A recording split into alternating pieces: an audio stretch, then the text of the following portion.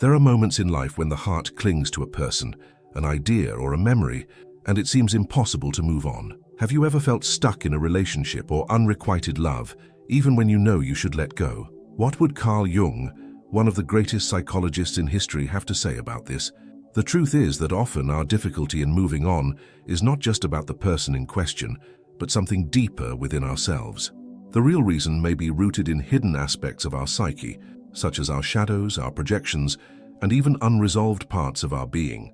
In this video, we will explore how Jung's philosophy can shed light on why you can't detach from them and how understanding this dynamic might be the first step to true healing. Leave a comment with an affirming statement about the power of personal transformation.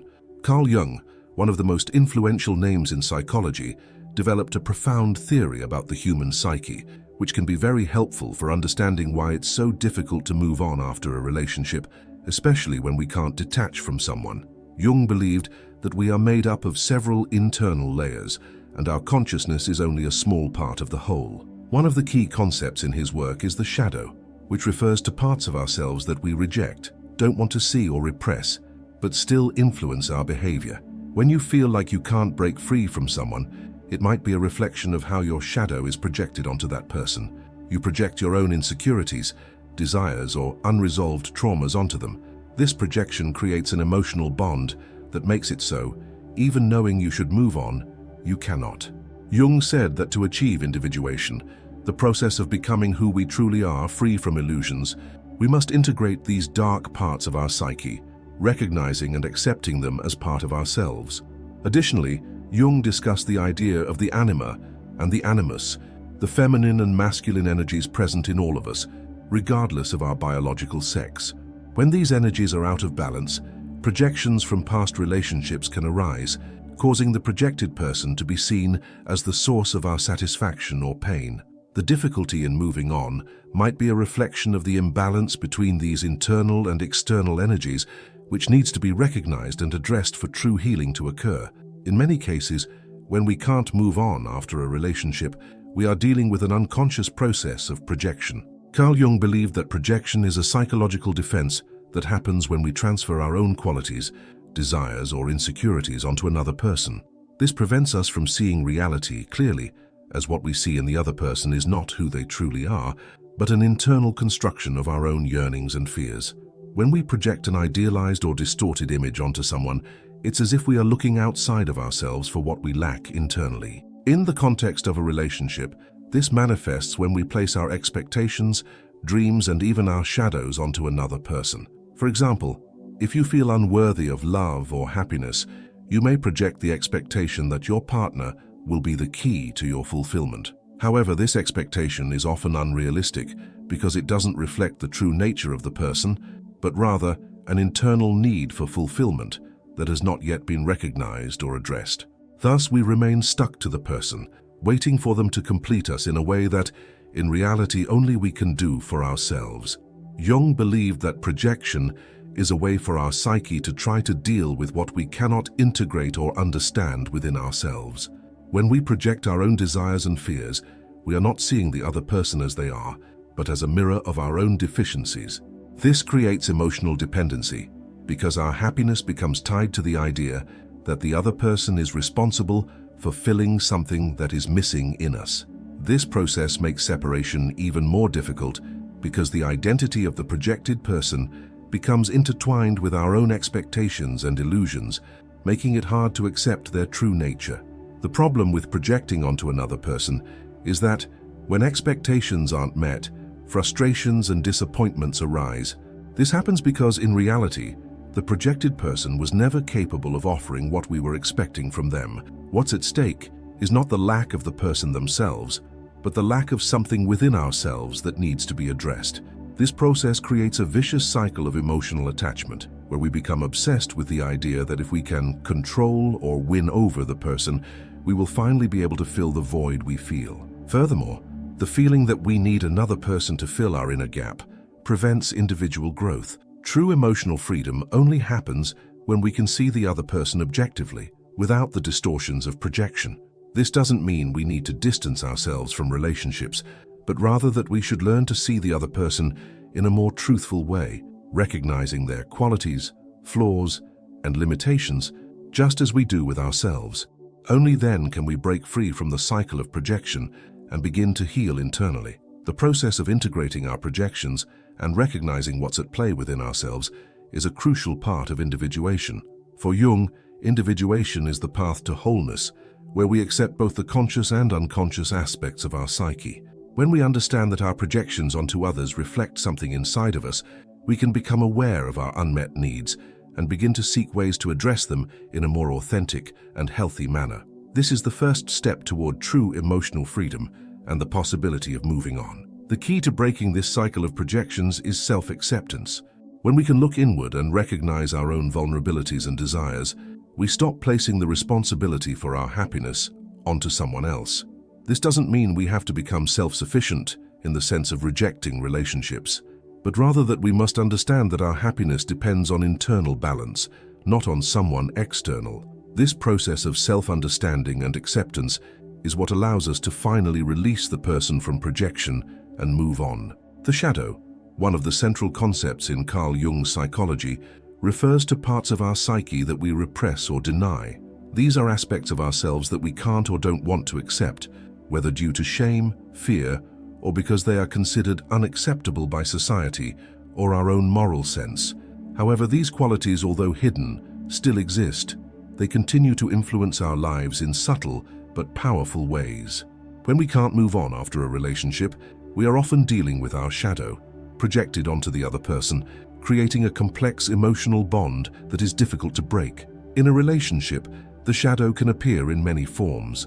Perhaps you don't want to accept certain negative aspects of your personality, such as jealousy, insecurity, or emotional dependence, and end up projecting these traits onto the person you're with. For example, if you have difficulty asserting yourself or feel inferior, you may project this insecurity onto your partner, believing they are the cause of your lack of self-confidence, when in fact, the root of this feeling lies within you. The relationship then becomes a battleground for confronting these unresolved issues, and since the shadow is never truly seen, the healing process never happens. This process of projecting our shadow onto others creates a complex web of emotional relationships in which the unresolved issues inside of us continue to feed attachment and difficulty in moving on. Instead of confronting our own shadow, we end up blaming the other person for our feelings of inadequacy or insecurity. This prevents us from finding the true cause of our pain and perpetuates the feeling that the other person is the key to our healing. The difficulty in moving on, therefore, can be understood as an internal resistance to confront this part of the psyche. Jung believed that to achieve balance and wholeness, we must integrate the shadow. That is, we must accept and recognize those parts of ourselves that we want to hide. By doing this, we gain the ability to act more consciously without being dominated by unconscious impulses. However, this process is painful and requires courage, as it's not just about recognizing our weaknesses, but also accepting them without judgment. When we don't accept our shadow, it manifests in dysfunctional ways, creating repetitive behavior patterns. This is why we often find ourselves repeating the same emotional mistakes, like staying in a relationship that we know isn't healthy or holding on to unrequited love. The unresolved issues of the shadow keep us trapped in the cycle, preventing emotional liberation. The individuation process, proposed by Jung, specifically requires this confrontation with the shadow, the awareness that we are made of both light and darkness, and that, to find true inner peace, we must integrate both. Integrating the shadow, however, is not a simple process. It requires deep self-criticism and self-knowledge, because often we need to recognize that our most intense emotions, like anger, fear, sadness, or even possessive love, are reflections of something we're unwilling to face. These feelings, when not understood, become obstacles that prevent us from living fully and from freeing ourselves emotionally. In the case of attachment to a relationship or a person that no longer serves us, the shadow can keep us prisoners of what hasn't been resolved. Perhaps there are old traumas, family patterns, or limiting beliefs that were never worked through, and that become the foundation of this attachment. The person then is no longer seen for who they truly are, but as a projection of our own internal conflicts. The process of confronting our shadow is liberating. By doing so, we begin to realize that instead of seeking healing and validation outside of ourselves, true transformation begins within. When we can look at our shadows without fear, understanding that they are part of who we are capable of transcending them, and thus we move on, free from emotional shackles. Accepting the shadow doesn't mean letting it control us, but rather understanding it, integrating it, and using this understanding to become more whole and balanced individuals.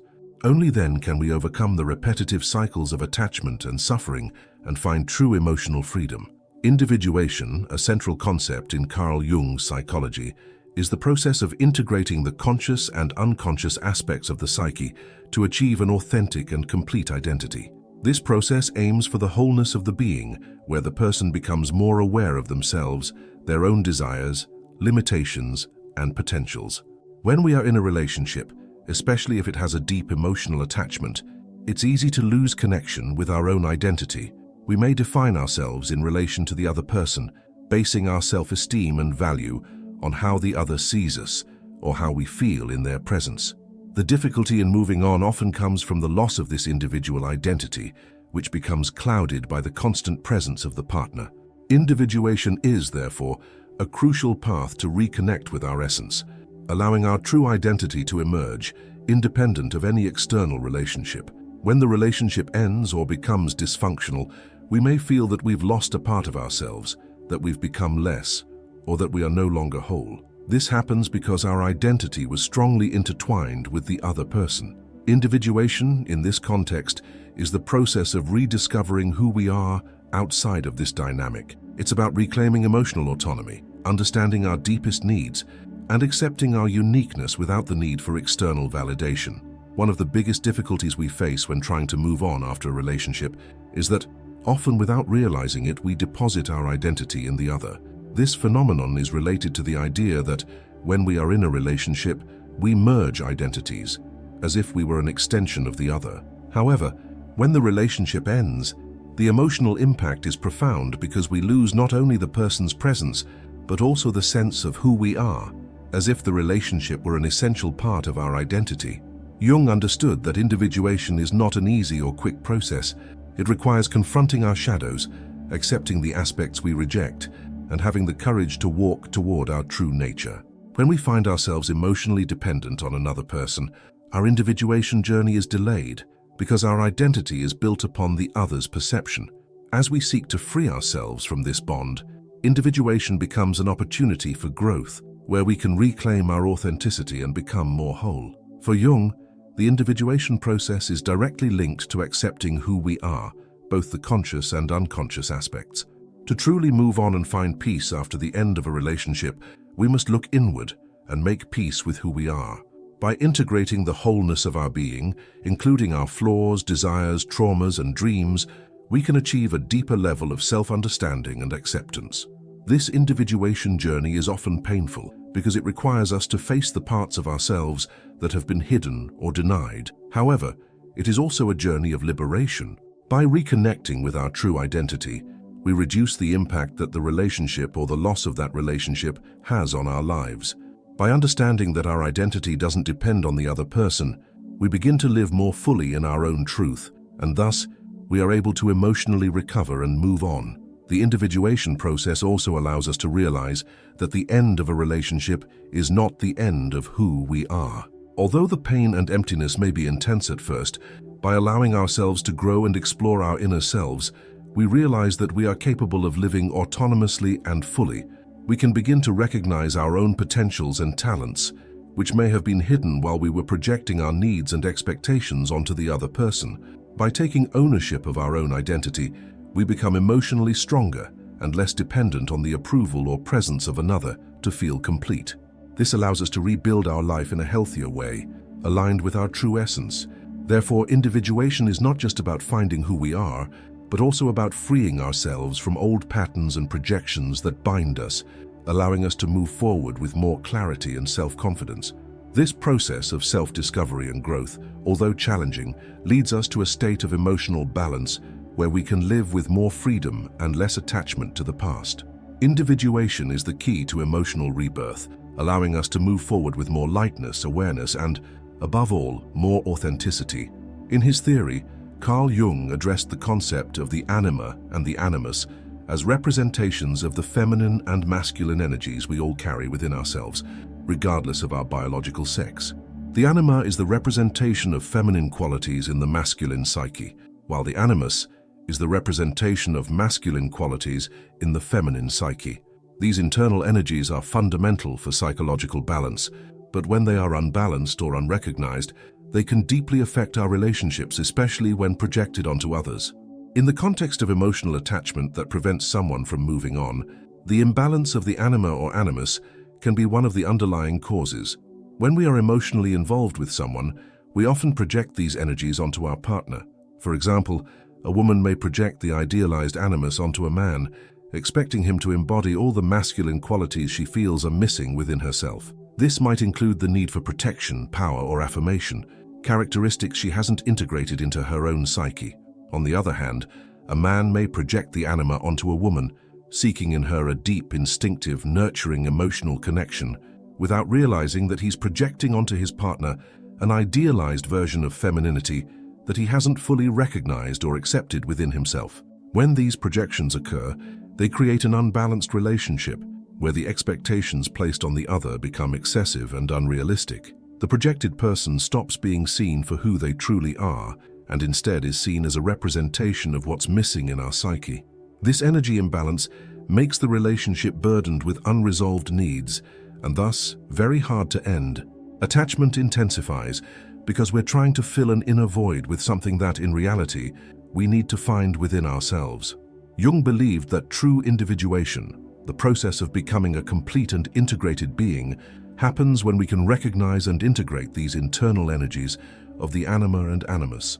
This means accepting both the masculine and feminine qualities we carry without depending on the other to manifest them. The woman needs to recognize and integrate her own animus, and the man needs to recognize and integrate his own anima.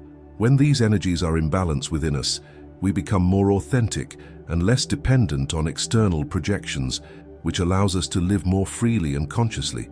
For example, when a woman becomes overly attached to a man by projecting her idealized animus onto him, she may feel lost when he doesn't meet those expectations.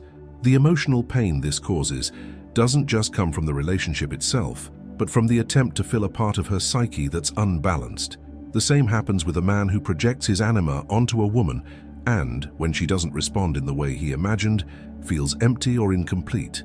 At this point, emotional attachment becomes a vicious cycle of projection and expectation where the other will never be able to fully meet what is being projected. To break this cycle and move on, it is essential to do the internal work of integrating the energies of the anima and animus. This doesn't mean rejecting these external energies. Of course, interpersonal relationships are important and enriching, but rather not relying on them to fill the inner void. The individuation process requires a person to learn to recognize these energies within themselves and use them in a balanced way. When the internal energies are integrated, the need to project them onto the partner decreases, and with that, emotional attachment diminishes. Jung warned that when we are disconnected from these internal energies, they tend to be projected onto others, creating unbalanced and disillusioned relationships. The process of integrating the anima and animus is, therefore, a path of self-knowledge and healing, where the individual becomes aware of their own internal energies and incorporates them in a healthy way. This allows relationships to become more authentic, based on mutual exchange rather than idealized expectations or projections. By integrating these internal energies, the individual begins to realize that true strength and true love don't come from another person, but from balance within oneself. The relationship with the other, instead of being a search for something missing, becomes an expression of authentic connection, where both people are complete within themselves and come together to share life without overwhelming the other with unrealistic expectations. The imbalance between anima and animus can be one of the greatest barriers to moving on after a relationship. However, by working on integrating these internal energies, the person begins to live more authentically and with less dependence, and thus, the individuation journey becomes the key to emotional freedom and closing unresolved cycles. Understanding why we can't move on after a relationship is a key step toward healing and personal growth. By exploring Jungian concepts of projection, the shadow, individuation, and the balance between anima and animus, we can begin to understand the psychological forces that keep us attached to an emotional past. Each of these concepts offers us a key to self-discovery, allowing us to free ourselves from unconscious patterns that prevent us from moving forward. True transformation begins when we recognize and accept the parts of our psyche that have been ignored or projected onto others. Individuation calls us to integrate these parts and find our own balance, independent of any external relationship. By doing so, we become more authentic, freer, and more whole. If you feel stuck in a past love or a relationship that no longer serves you, remember that the path to moving forward is within you. By looking inside, confronting your shadows, and balancing your internal energies, you will find the peace you seek. Don't forget to subscribe to the channel and leave a comment about what you learned. Watch the video displayed on the screen to continue your journey of personal transformation.